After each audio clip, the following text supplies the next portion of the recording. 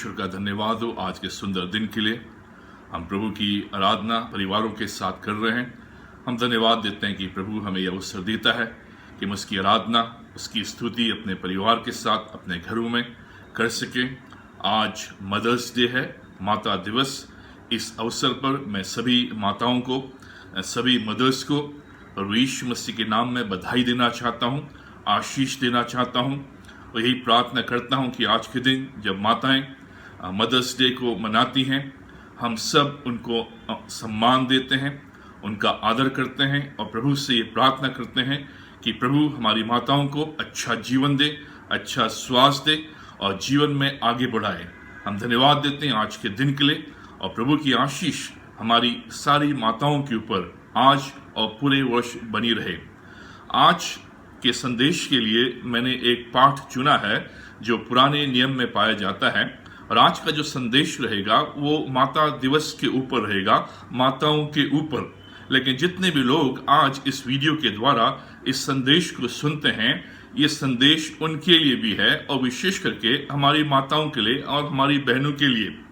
जो आज का पाठ पाया जाता है वो पहला राजा उसका 3 अध्याय 16 पद से 28 पद तक, 1 Kings chapter 3 verses 16 to 28। अभी जो खंड है, इस खंड में हम एक अच्छी माता के विषय में जो बाइबल बताती है उस विषय में हम पाते हैं कि परमेश्वर का वचन हमें माता के विषय में, मदर के विषय में क्या बताता है। कौन एक अच्छी माता है जो अपने परिवार का पालन पोषण करती है, अपने घर को देखती है, अपने परिवार को देखती है और कैसे अपने परिवार को आगे बढ़ाती है जिससे कि उसका परिवार संपन्न रहे, खुशहाल रहे और आगे बढ़े। आज जिस समाज में हम रहते हैं उस समाज में एक बड़ा दबाव है एक माता के ऊपर, एक स्त्री के ऊपर। जो ये समाज है ये सक्सेस ड्रिवन सोसाइटी है, समाज जो सफलता से आंका जाता है। इस समाज में जो स्त्री की मांग है, जो माता की मांग है, वो कई गुना अधिक है।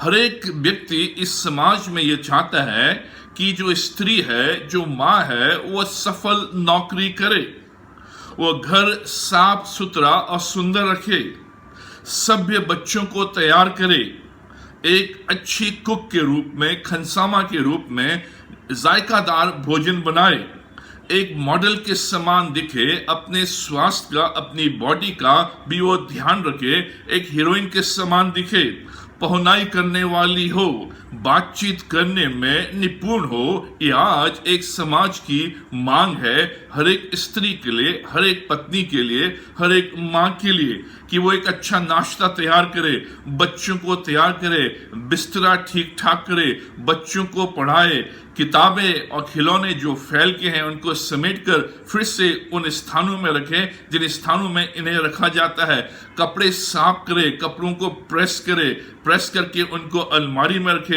और जो आदि पकवान है उनको बनाए। ये सारी डिमांड्स, मांग आज एक स्त्री से की जाती है इस सभ्य समाज में। इस समाज जो सफलता से आंका जाता है। आज जो एक अध्ययन किया गया है विदेश में, अमेरिका में, उस अध्ययन में ये बताया जाता है कि एक माँ के कौन कौन से कार्य हैं, एक माँ के भिन्न भिन्न कार्य और उन कार्यों का वर्णन इस सर्वे में किया गया है। एक जो माँ है उसे अच्छा ड्राइवर होना है ताकि वो गाड़ी चला सके और बच्चों को स्कूल ले जा सके, ला सके और अन्य कार्य कर सके। एक अच्छी फैमिली काउंसलर हो, परामर्शकर्ता हो, घर की देखरेख करने वाली हो, घर की सफाई करे, झाड़ू पोछा जो भी है उसे वो करे, एक धोबन के रूप में कपड़ों को धोए, प्रेस करे, बिस्तरा ठीक करे और एक अच्छी कुक बने, रसोई में कार्य करे।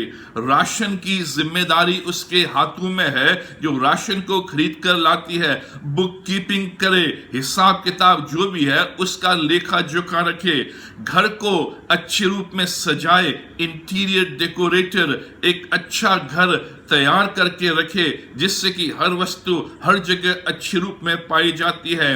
वो एक अच्छी डाइटिशियन रहे, सेक्रेटरी रहे, होस्टेस रहे, खाने खिलाने में उसका ध्यान रहे, क्या खिलाती है, क्या बनाती है, सेक्रेटरी और पहुनाई करने वाली, ये सारे कार्य एक स्त्री के आज इस समाज में पाए जाते हैं और उससे करने होते हैं, जिसे हम हाउसवाइफ कहते हैं। और इस हाउसवाइफ के ये सारे कार्य एक पुरुष या एक परिवार, एक समाज चाहता है। और जो ये स्टडी की गई है उसमें बताया गया है, इन सारे कार्यों को अगर हम जोड़ें तो सप्ताह में 91 घंटे एक स्त्री घर में कार्य करती है।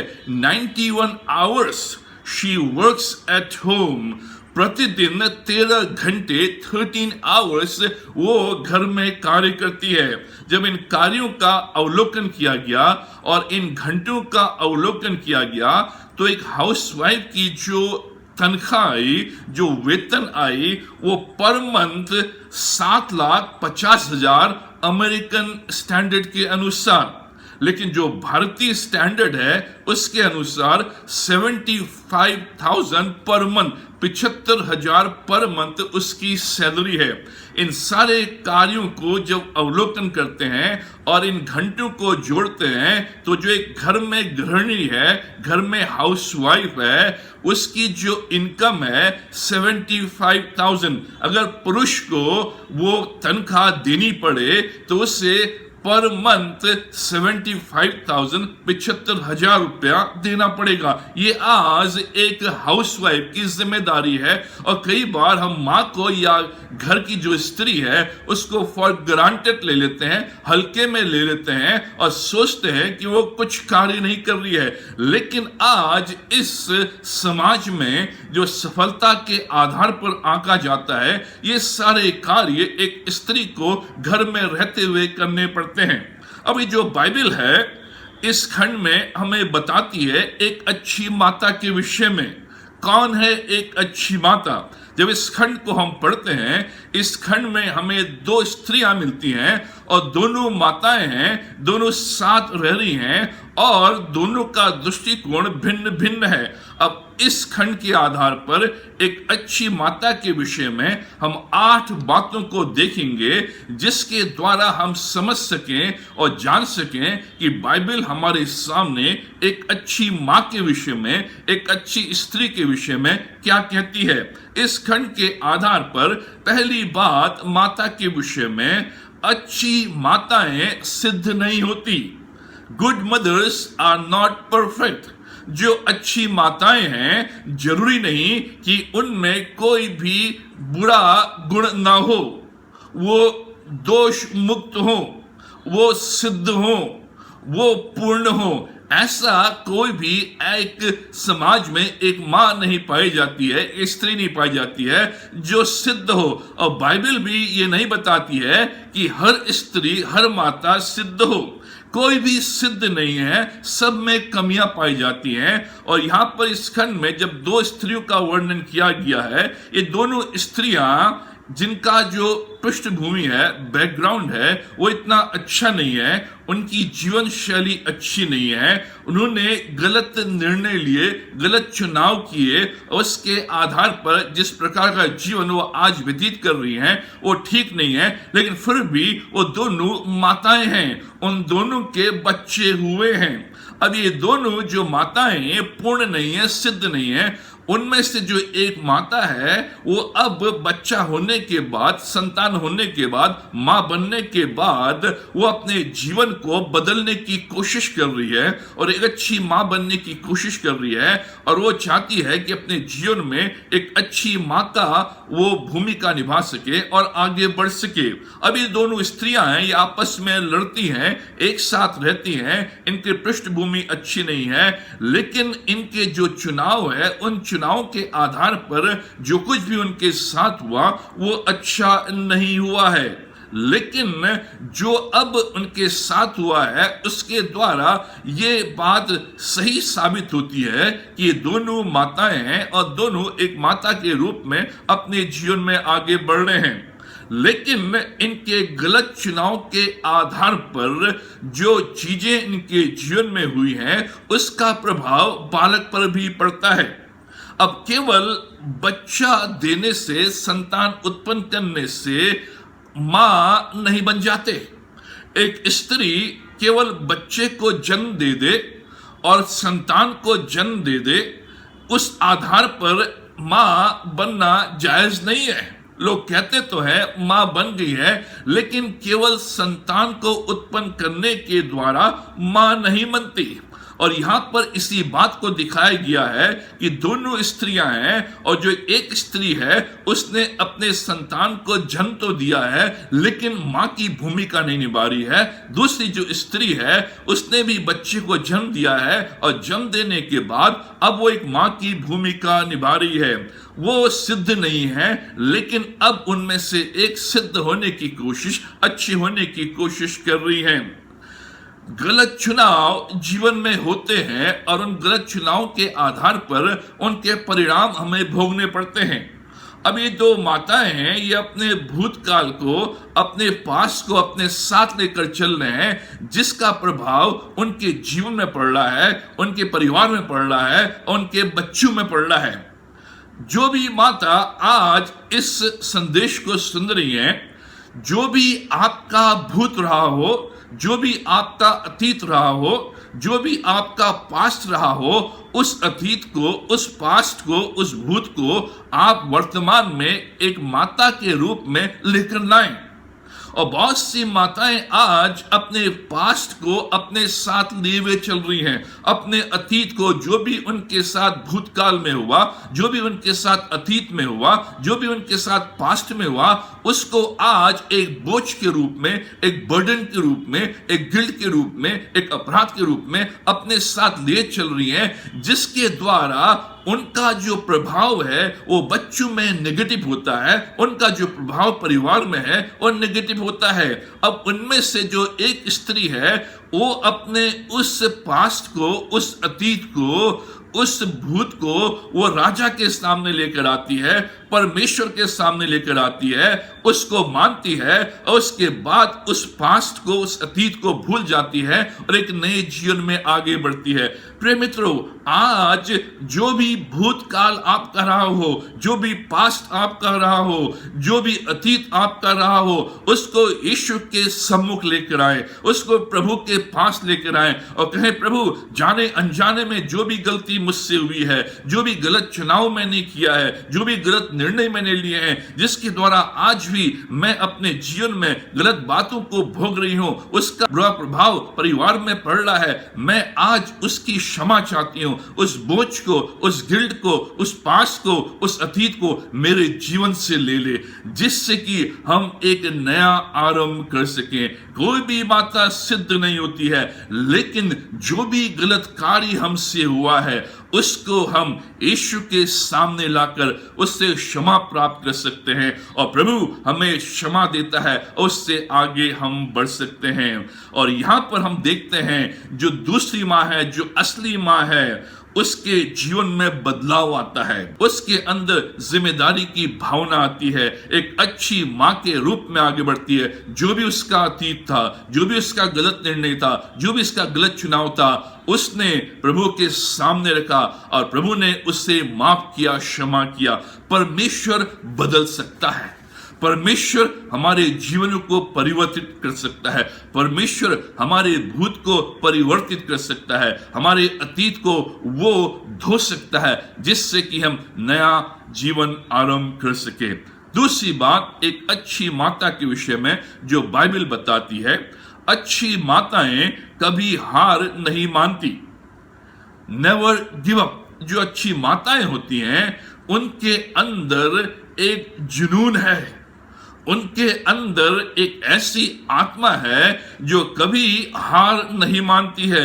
चाहे कितनी भी बड़ी परेशानी क्यों ना हो, चाहे कितनी भी बड़ी कठिनाई क्यों ना हो, चाहे कितना भी बड़ा पहाड़ उनके सामने क्यों ना हो, फिर भी वो इस बात पर विश्वास करती हैं कि वो आगे बढ़ सकती हैं, अपने जीवन में सफल हो सकती हैं, अपने परिवार को सफल बना सकती हैं, अपने परिवार के लिए एक ढाल के समान खड़ी हो सकती हैं। हर कठिनाइयों में, हर परेशानी में वो अपने पति के साथ खड़ी होती हैं, अपने बच्चों के साथ खड़ी होती हैं, उनको आश्वासन देती हैं, उनका साथ देती हैं कि सब कुछ अच्छा होगा। और यही बात हम एक अच्छी माता के अंदर देखते हैं। अब ये दो माताएं हैं, दोनों के बच्चे हुए और दोनों साथ हैं, लेकिन जो एक माता है रात को अपने बच्चे के साथ सोती है और वो उस बच्चे के ऊपर नींद में लेट जाती है। उसे मालूम नहीं कि वो अपने बच्चे के ऊपर लेट गई है और बच्चा उसके भार से दबकर वो मर जाता है।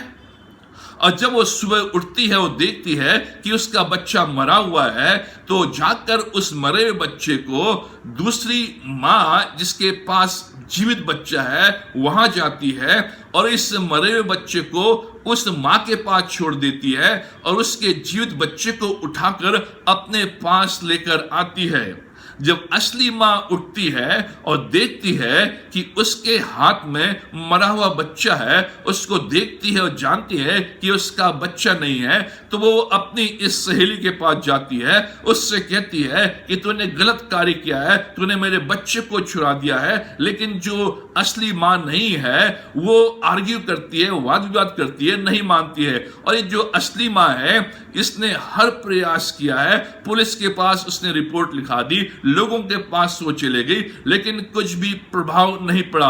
और अंत में वो राजा के पास जाती है, वो कहती है मैं अपने निवेदन को राजा के पास ले जाऊंगी और मैं अपनी मांग को उसके सामने रखूंगी और उससे न्याय को मैं मांगूंगी। और वो राजा के पास पहुंचती है और राजा के पास भी वो बहस करती है, आर्ग्यू करती है, प्रमाण देती है और वो कहती है कि ये जो जीवित बच्चा है ये मेरा है और जो मरा हुआ बच्चा है ये इस स्त्री का है। उसने हार नहीं मानी जब तक उसे वो बच्चा मिल नहीं गया, जब तक उसने उस बच्चे को अपने हाथ में ले नहीं लिया।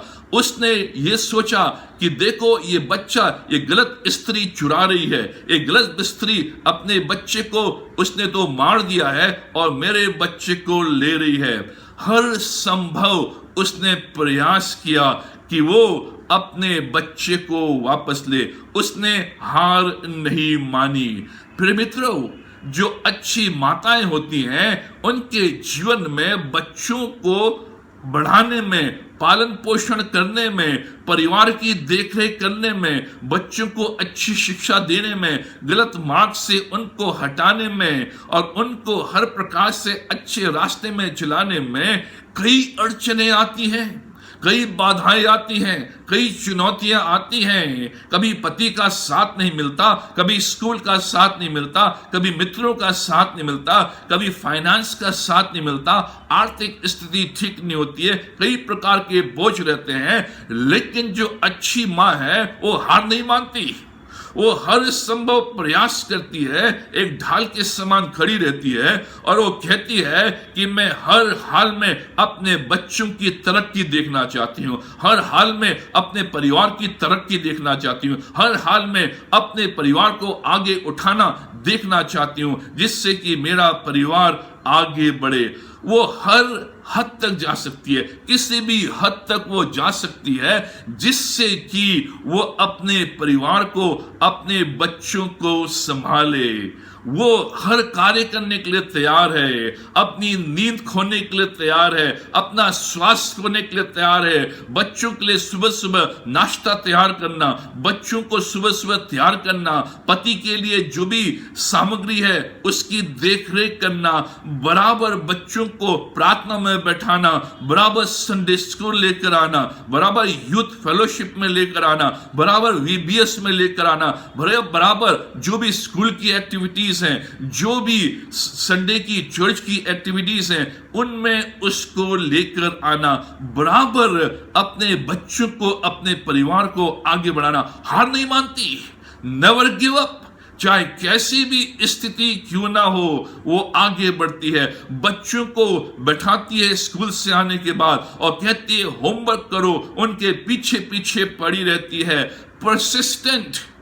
और इस परसिस्टेंट को जो बच्चे हैं वो सोचते हैं कि माँ हमें पेस्टर कर रही है, माँ हमें तंग कर रही है। बच्चे सोच रहे हैं कि माँ उनके पीछे पड़ी हुई है कि दूध पी लो, खाना खा लो, सो जाओ, पढ़ाई करो, ट्यूशन करो, होमवर्क करो, और ये सारी चीजें माँ उनके पीछे पीछे होकर करती है, क्योंकि वो हार नहीं मानती है, वो परसिस्ट है, वो बराबर उनके पीछे पड़ी हुई है। और कई बार जो बच्चे हैं वो सोचते हैं कि माँ तंग कर रही है, माँ कह रही है कि ब्रश करो, दूध पियो, जल्दी सो जाओ, पढ़ाई करो। क्यों? क्योंकि वो चाहती है कि उसके बच्चे आगे बढ़े।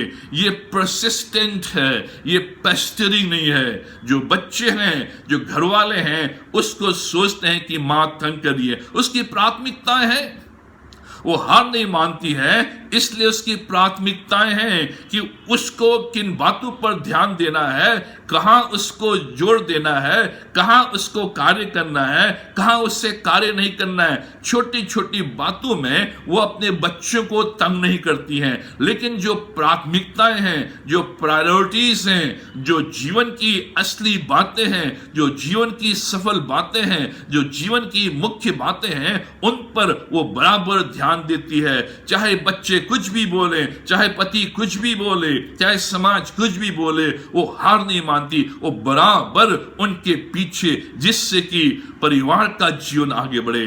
जो बच्चे हैं उनका जीवन कुशल हो, जो पति है उसका जीवन कुशल हो। तीसरी बात, एक अच्छी माता के विषय में बाइबल बताती है, अच्छी माताओं को अपने बच्चों का ध्यान रहता है। अच्छी माताएं अपने बच्चों को ध्यान से देखती हैं, अपने बच्चों को जानती हैं। जो अच्छी माताएं होती हैं वो अपने बच्चों को जानती हैं कि मेरे बच्चे कैसे हैं।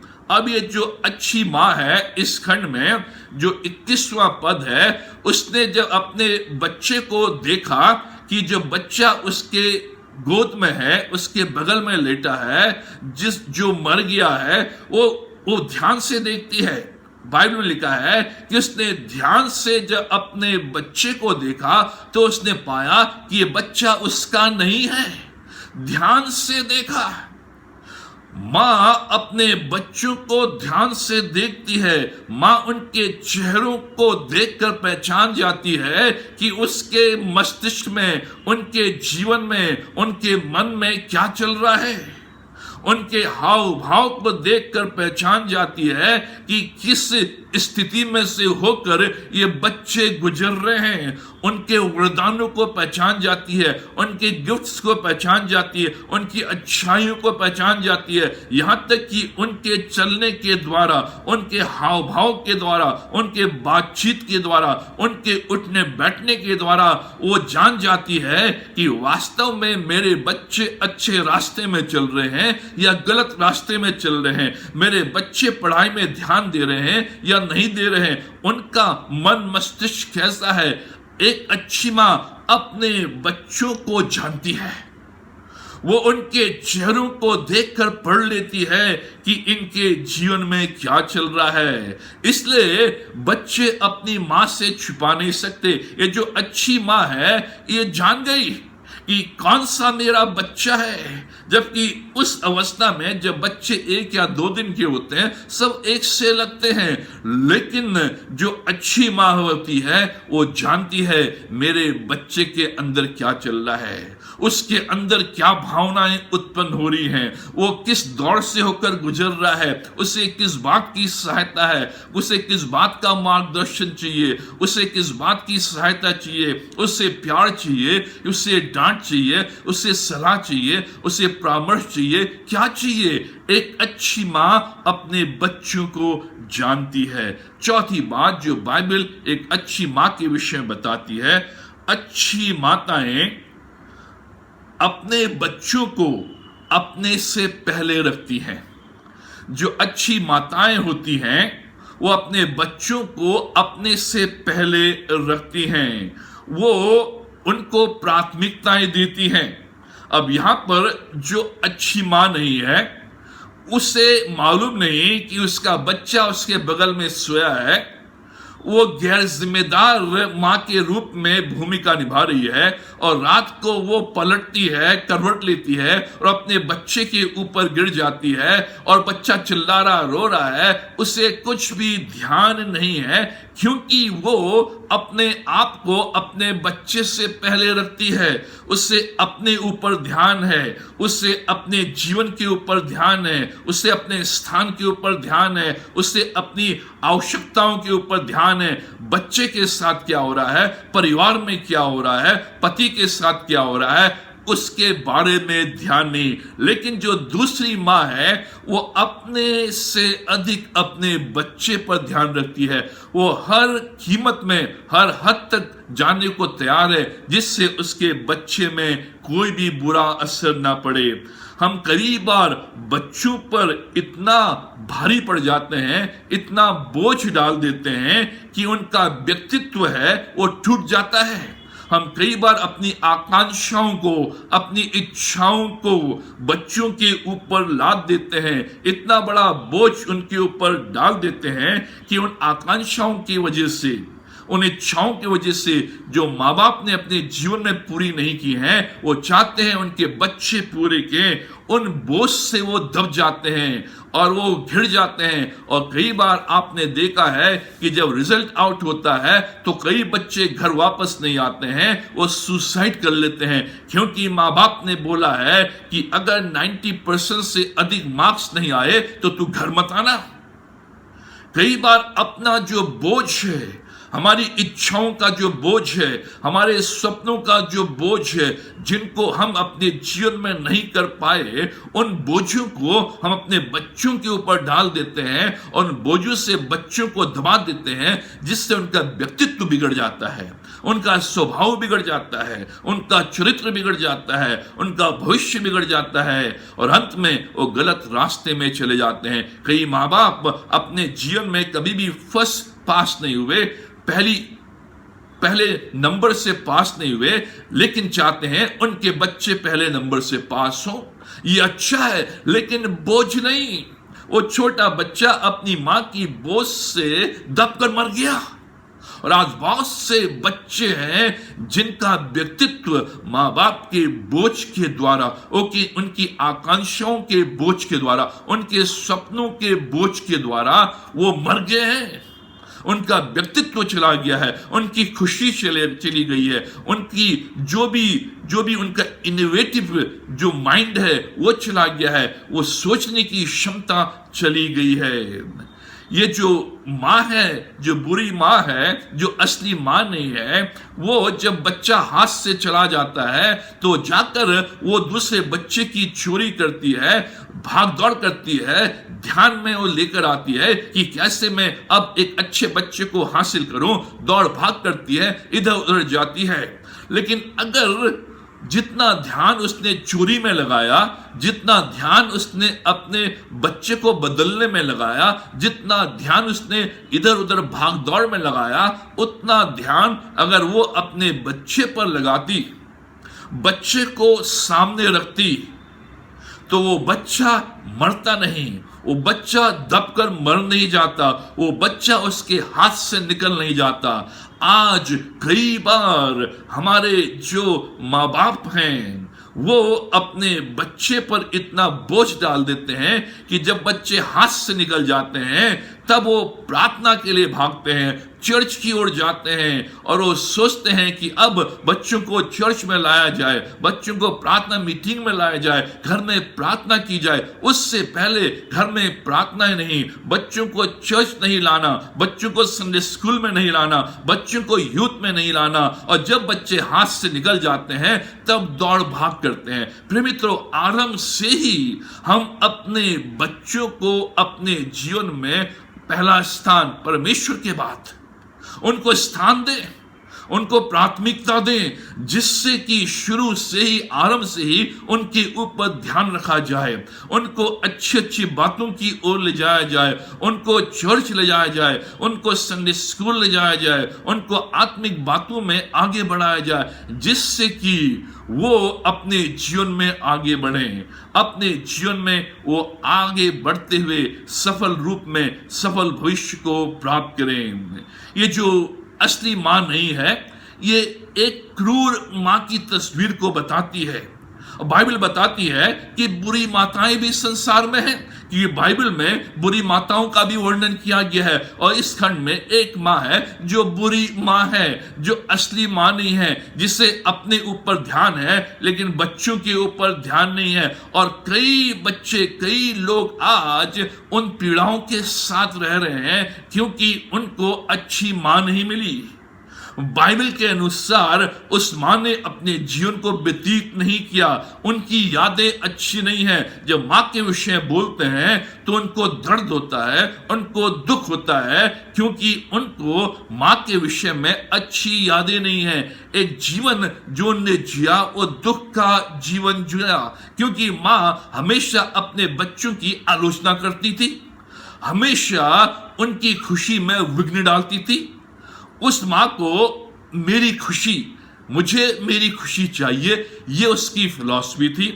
मुझे मेरा स्थान चाहिए, मुझे मेरी जिंदगी चाहिए। वो जो मां है वो अपने आप को पहले रख रही है। मुझे मेरी खुशी पहले चाहिए, मुझे मेरा स्थान पहले चाहिए, मुझे मेरी जिंदगी पहले चाहिए। हम भी आज इस दौर से गुजर रहे हैं। और यहां पर हम देख रहे हैं कि जो 25 और 26 पद में जो लिखा है कि आज भी वो जो स्त्री है वो अपनी खुशी के लिए जी रही है, अपने बच्चे के लिए नहीं। जो असली मां है वो दुख में रहते हुए भी अपने बच्चों को आगे बढ़ाती है। मैं दुख में रह लूंगी, मैं तकलीफ में रह लूंगी, मैं परेशानी में रह लूंगी, अपने से अधिक जो प्यार है वो बच्चे को देती है, अपने से अधिक जो खुशी है बच्चे को देती है, अपने से जो अधिक स्थान है बच्चे को देती है, अपने से अधिक जो जिंदगी का जो मजा है वो बच्चे को देती है।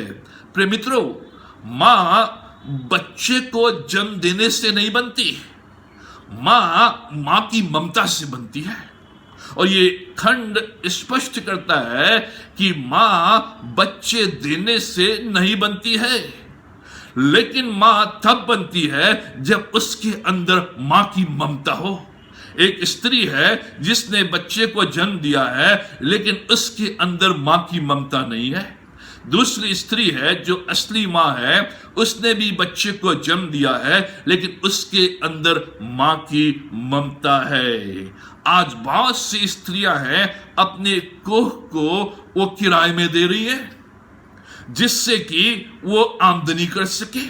बच्चे को 9 महीने उनने अपने पेट में रखा और उसको जन्म देने के बाद दूसरे को दे दिया। मां जन्म बच्चे को देने से नहीं बनती है, उसके अंदर मां की ममता। और बहुत सी माताएं आज भी हैं जो मां तो हैं लेकिन ममता नहीं है। प्रिय भाइयों और बहनों, जो भी आज इस वीडियो को सुन रहा है, इस ममता को अपने अंदर जागृत करना है। जो भी मां है, जो भी उसका अतीत रहा हो, जो भी आज तक का जीवन रहा हो, अपने बच्चों के प्रति, अपने परिवार के प्रति, अपने पति के प्रति उस ममता को, अपने बच्चों को आगे रखना जिससे कि उनका भविष्य उज्जवल हो सके। ये एक मां है जो बाइबल में बताई गई है, जिसकी तस्वीर हमारे सामने आती है। 5वीं बात अच्छी मां के विषय में, अच्छी माताएं अपने बच्चों के लिए हमेशा बलिदान करने के लिए तैयार रहती हैं। जो अच्छी माताएं हैं उनके अंदर बलिदान की भावना होती है। मां का अर्थ ही यही है। मां का अर्थ है बलिदान, मां का अर्थ है सैक्रिफाइस, मां का अर्थ है कुर्बानी। मां अपने आप को, जो भी उसकी खुशियां हैं, जो भी उसका स्थान है, जो भी उसकी जिंदगी है, उसको वो बलिदान करने के लिए तैयार रहती है जिससे कि उसके बच्चे आगे बढ़े, जिससे कि उसके परिवार में प्रभाव आए, जिससे कि उसके जो भी लोग हैं, परिवार के सदस्य हैं, उनके जीवन में कुशलता है, वो अपने कैरियर को त्याग करने के लिए तैयार रहती है। बहुत सी माताओं ने आज अपने कैरियर को दे दिया है, अपने व्यवसाय को दे दिया है, जिससे कि वो अच्छी मां बन सके, अच्छा समय बच्चों के साथ व्यतीत कर सके। बहुत सी माताओं ने अपनी आदतों को, जो भी उनकी आदतें थी, जो उनके जीवन से लगी थी, लेकिन उन्होंने देखा कि परिवार के लिए ठीक नहीं है, बच्चों के लिए ठीक नहीं है, उन आदतों को उन्होंने त्याग दिया। बहुत सी कीमती वस्तुओं को उन्होंने त्याग दिया जिससे बच्चों की खुशहाली हो सके। बहुत से जो सामान जो खुद अपने लिए खरीदना चाहती थी, वो बच्चों के लिए खरीदा जिससे बच्चों की खुशी हो। यहां तक कि अपनी जॉब को भी उनने त्याग दिया। ये है मां जो बलिदान करने के लिए तैयार होती हैं। आज एक अच्छी एक्ट्रेस है फिल्म इंडस्ट्री में, वो दूसरा बच्चा चाहती थी और इसलिए उन्होंने किसी एक स्त्री की कोख को किराए में लिया और उसके द्वारा बच्चे को वो प्राप्त करना चाहती हैं। और उनसे पूछा गया कि आप तो जवान हैं, अभी भी आप बच्चे को जन्म दे सकती हैं, अभी भी आप मां बन सकती हैं, आपने क्यों दूसरी स्त्री के कोख को किराए में लिया? आप खुद अपने बच्चे को जन्म दे सकती हैं। उनका उत्तर था, मैं अपने फिगर को खराब नहीं करना चाहती। अगर मैंने दूसरे बच्चे को जन्म दिया तो मेरा फिगर खराब हो जाएगा और अपने फिगर को ठीक करते करते काफी समय लग जाएगा, इसलिए मैं चाहती हूं कि कोई दूसरी स्त्री मेरे लिए बच्चा उत्पन्न करे। बलिदान करने के लिए तैयार नहीं, अपने फिगर के लिए उनको चिंता है, एक बच्चे की चिंता नहीं। आज जो बाइबल की बातें हैं वो पूरी हो रही है। बाइबल में बताया गया है कि ऐसी भी मां है जो अपने लिए, अपने फिगर के लिए, अपनी खुशी के लिए, अपने स्थान के लिए, अपनी जिंदगी के लिए अपने बच्चों को कुर्बान कर सकती है। लेकिन बाइबल बताती है अच्छी मां वो है जो अपने बच्चों के लिए बलिदान करने के लिए तैयार रहती है। छठी बात जो बाइबल बताती है एक अच्छी मां के विषय में, अच्छी माताएं अपने बच्चों को प्रभु के हाथों में समर्पित करती हैं। जो अच्छी माताएं हैं वो शुरू से ही, आरंभ से ही अपने बच्चों को प्रभु के हाथों में समर्पित करती हैं। वो चर्च में आती हैं और बच्चों को डेडिकेट करती हैं, प्रभु के सामने लेकर आती हैं और घर में भी जब बच्चा पैदा होता है, प्रभु ये बच्चा तेरे हाथ में मैं सौंपती हूं, ये बच्चा तूने मुझे दिया है, इस बच्चे के ऊपर मेरा अधिकार नहीं, इस बच्चे के ऊपर तेरा अधिकार है, तू इसका मालिक है, तू इसका सृजनहार है और इसके भविष्य को तू आगे बढ़ाएगा। जितनी जल्दी हो सके उतने जल्दी हमें अपने बच्चों को प्रभु के हाथों में सौंपना है। ये जो अच्छी माँ है तुरंत उस बच्चे को राजा के पास ले गई, राजा के हाथ में सौंप दिया और उसने कहा, राजा ये बच्चा तेरे हाथ में है, तू निर्णय ले इस बच्चे के भविष्य के बारे में, तू बता इस बच्चे का क्या होगा। और वो आरंभ में ही, अंत में नहीं, आरंभ में ही बच्चे को राजा के पास ले गई और इसलिए वो बच्चा उससे मिला, वो खुशी उससे मिली और उस बच्चे को उसने आगे बढ़ाया। मां के जीवन में बराबर आत्मिक युद्ध चलता है, बराबर आत्मिक लड़ाई चलती है, क्योंकि शैतान की ये चाल रहती है कि वो कैसे न कैसे बच्चों को उनकी मां से छीने, उनके पिता से छीने। शैतान हमेशा आपके बच्चों को चुराना चाहता है और ये जो दुष्ट स्त्री है ये शैतान का प्रतीक है कि कैसे आपके बच्चे को चुरा लेती है और उस बच्चे के जीवन को बर्बाद करने के लिए वो अपने पास ले आती है। शैतान भी यही करता है, आरंभ से ही उसकी निगाहें बच्चों के ऊपर होती है कि कैसे न कैसे इस बच्चे को जो इस घर में है इसके अंदर बुरी आदतें डाल दें, इसके अंदर बुरा व्यवहार डाल दें, इसके अंदर ऐसी बातें डाल दें जिससे कि बच्चा परमेश्वर से दूर रहे, परिवार से दूर रहे और गलत बातों में, गलत आदतों में वो फंस जाए। इसलिए कई बार मां को ध्यान देना है कि जो हमारा बैठक है वो टीवी रूम ना बन जाए जहां दिन रात टीवी चल रहा है, दिन रात तरह तरह की बातें हो रही हैं और बच्चे अन्य प्रकार की बातों को देख रहे हैं, गेम्स खेल रहे हैं, अन्य चीजों में लगे हैं जो उनके लिए लाभदायक नहीं है। स्मरण रहे हर माता को कि शैतान इस चाल में है कि आपके बच्चे को आपसे चुरा ले। लेकिन इस बात का भी ध्यान रहे, इस बात का भी स्मरण रहे कि जब आप अपने बच्चे को राजा के पास ले जाती हैं तो राजा आपके साथ है। जब आप अपने बच्चे को प्रभु के पास ले जाती हैं, प्रभु के हाथों में समर्पित कर देती हैं, तो आप अकेली नहीं है, आपके साथ प्रभु है, आपका साथी प्रभु है, आपका साथी परमेश्वर है, जो बराबर आपकी सहायता करेगा, बराबर आपकी रक्षा करेगा, बराबर आपको बुद्धि ज्ञान और समझ देगा कि कैसे बच्चे को शैतान से और शैतानी बातों से, शैतानी आक्रमणों से, उसके षड्यंत्रों से बचाए और प्रभु को आगे, प्रभु के जीवन में उसे आगे बढ़ाए।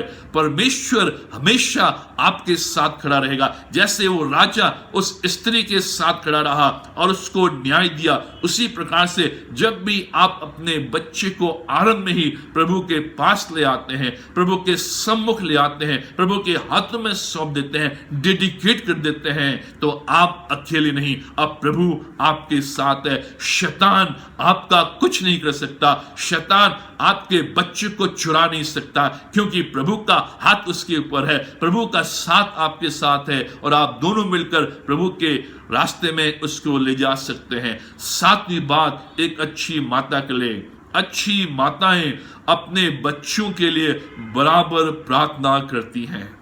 अच्छी माताएं बच्चों के लिए बराबर अपने घुटनों में प्रार्थना करती हैं। एक माँ प्रेयर वॉरियर है, एक माँ प्रार्थना करने वाली है, और वो जो अच्छी माँ है, जब वो राजा के पास अपने बच्चे को ले जाती है और बीच में ही राजा से सीधे बात करती है, हे राजा, मेरी तुझसे प्रार्थना है कि इस बच्चे को, इस दुष्ट स्त्री को मत दे, शैतान के हाथों में न दे, शैतान के हाथों में न जाने दे। मैं तुझसे गिड़गिड़ाती हूँ, मैं तुझसे प्रार्थना करती हूँ कि जो भी सही है तू कर, जिससे कि ये बच्चा आगे बढ़ सके। प्रार्थना करने वाली मां, उसकी जो सामर्थ्य है वो प्रार्थना है। प्रार्थना के द्वारा अपने बच्चों का लालन पोषण करना, पालन पोषण करना, प्रार्थना के द्वारा अपने घर के माहौल को ठीक करना।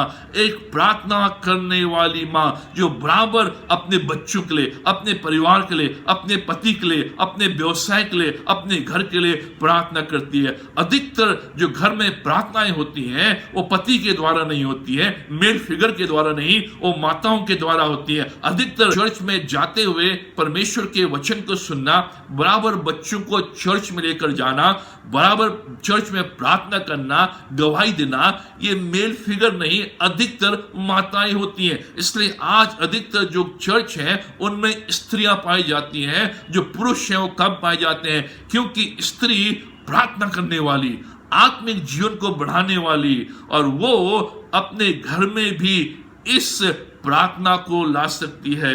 अच्छी जो माताएं होती हैं वो प्रार्थना के द्वारा संघर्ष को जीतती हैं, प्रार्थना के द्वारा वो घर के माहौल को ठीक करती हैं, बच्चों को प्रार्थना में वो लपेटती हैं, घर को प्रार्थना में लपेटती हैं। अच्छी माँ वही है, जब भी परेशानी है, जब भी तकलीफ है, जब भी बीमारी है, बराबर प्रार्थना में। और जब बच्चे माँ को प्रार्थना करते हुए देखेंगे, उन बच्चों के जीवन में भी प्रार्थना का भाव आएगा।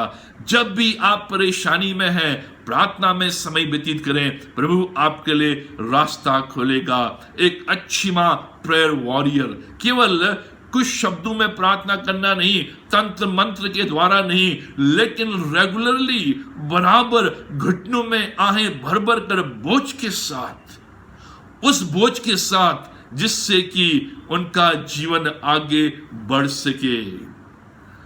आठवीं और अंतिम बात, अच्छी माताएं परमेश्वर पर भरोसा रखती हैं। न केवल वो प्रार्थना करती हैं, लेकिन परमेश्वर पर भरोसा रखती हैं। जो बच्चों की ताकत है वो माँ है, जो पति की ताकत है वो माँ है, जो घर की ताकत है वो माँ है, लेकिन जो स्त्री की ताकत है वो परमेश्वर है, वो प्रार्थना है।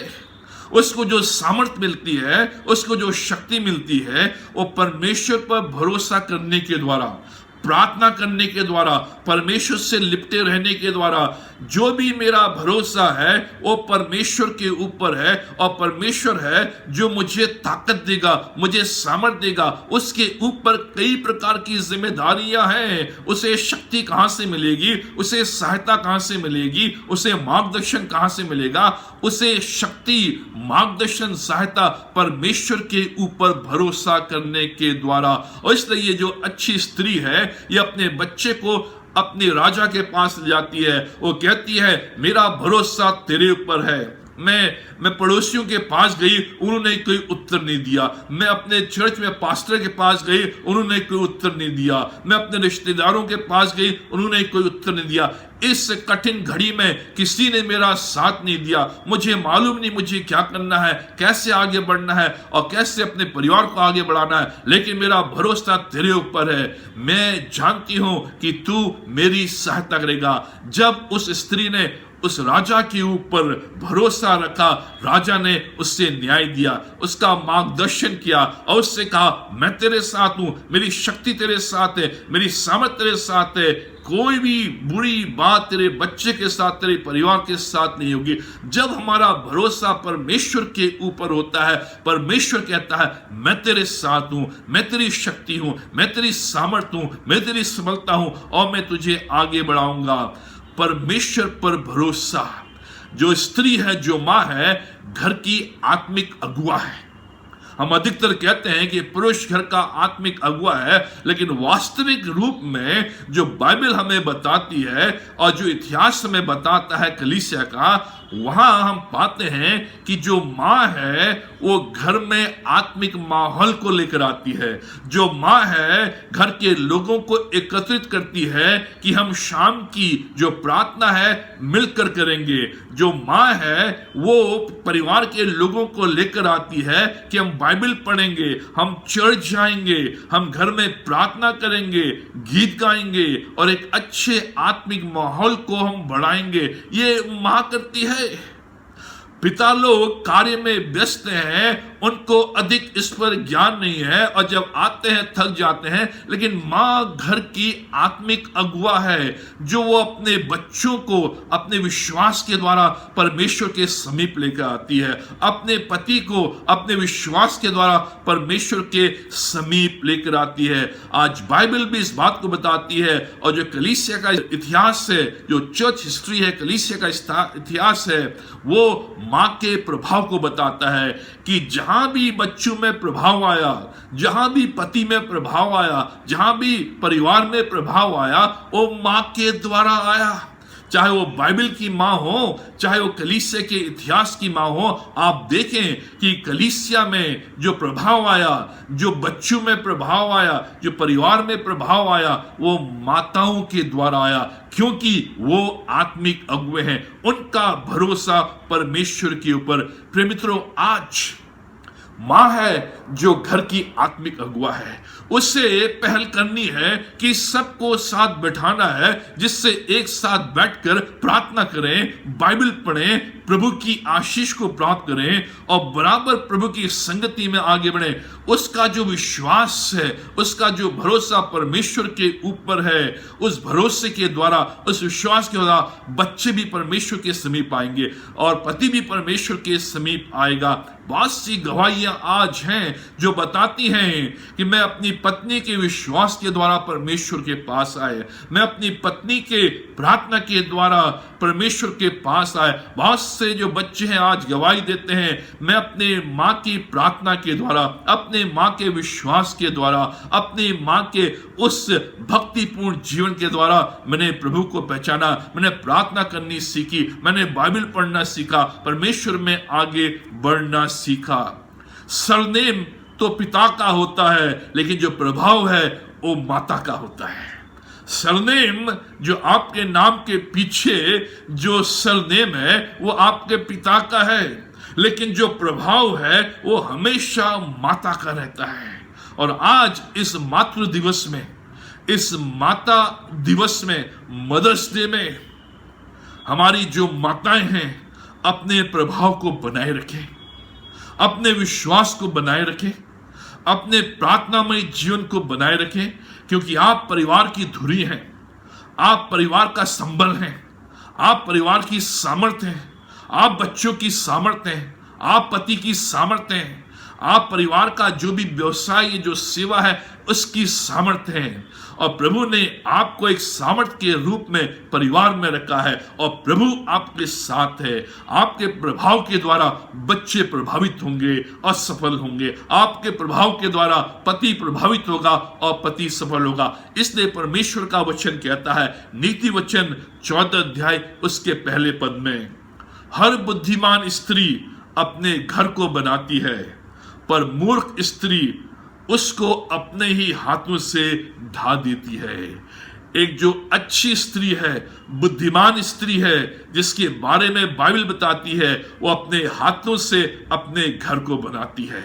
लेकिन जो मूर्ख स्त्री है, जिसके बारे में हमने इस खंड में देखा, वो अपने हाथों से ही अपने घर को ढा देती है। एक स्त्री जिसने अपने हाथों से अपने बच्चे को उसने पुनः प्राप्त किया, अपने परिवार को उसने फिर से बनाया और आगे बढ़ाया। लेकिन जो मूर्ख स्त्री है, उसने अपने हाथों से ही अपने परिवार को उठा दिया। आज जो माताएं इस वचन को सुन रही हैं, इस वीडियो को देख रही हैं, मेरा आपसे आग्रह है कि आप एक बुद्धिमान माता बने, जिससे कि परमेश्वर की सामर्थ आपके साथ रहे, परमेश्वर की सहायता आपके साथ रहे, परमेश्वर का प्रभाव आपके साथ रहे, जिससे आपके बच्चे, आपका पति, आपके व्यवसाय, आपकी सेवाएं, आपका परिवार उज्जवल भविष्य की ओर जा सके और परमेश्वर के समीप आ सके, और इस जीवन के बाद भी अनंत जीवन में प्रवेश कर सके। आप सबों को प्रभु आशीष दे। आइए प्रार्थना करें। हमारे महान जीवित शक्तिमान परमेश्वर पिता, हम धन्यवाद देते हैं तेरी तमाम आशीषों के लिए, तेरी रक्षा, तेरी मदद, तेरी भलाई, तेरी करुणा, तेरी दया के लिए। हम धन्यवाद देते हैं आज के सुंदर दिन के लिए।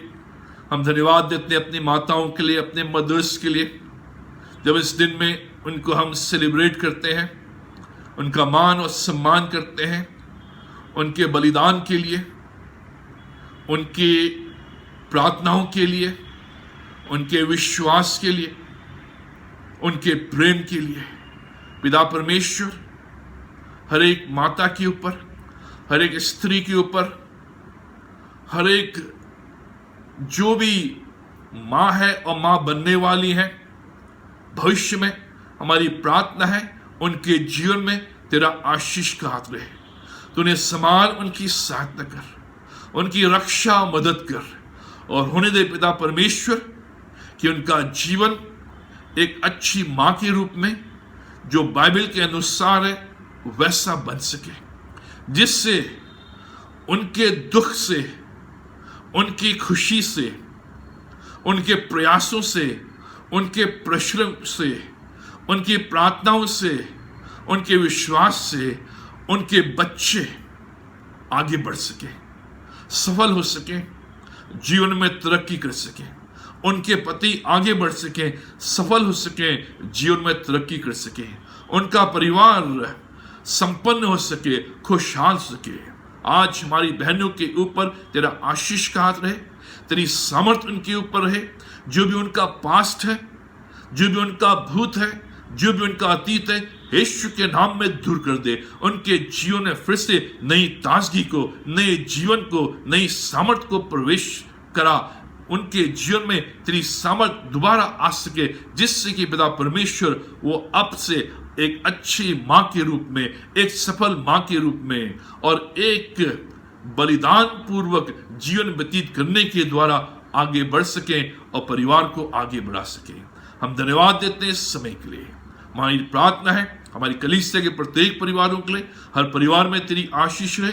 इन दिनों पिता परमेश्वर हर बीमारी से, रोग से, वायरस से तुम्हारे परिवारों को बचा, हर एक खतरों से बचा। जो भी आवश्यकता अपने खजाने से पूरा कर, जो भी दुख तकलीफ बीमारी है, यीशु के नाम में दूर कर, और इस पूरे सप्ताह हमारी सहायता, रक्षा और मदद कर। ये सब कुछ अपने उद्धारकर्ता प्रभु यीशु मसीह के नाम में कर मांगते हैं, आमीन। अब प्रभु यीशु मसीह का अनुग्रह, पिता परमेश्वर का प्रेम और पवित्र आत्मा की संगति हम सबों के साथ और विशेष करके आज समस्त माताओं के ऊपर और साथ तेरी आशीष बनी रहे। आमीन।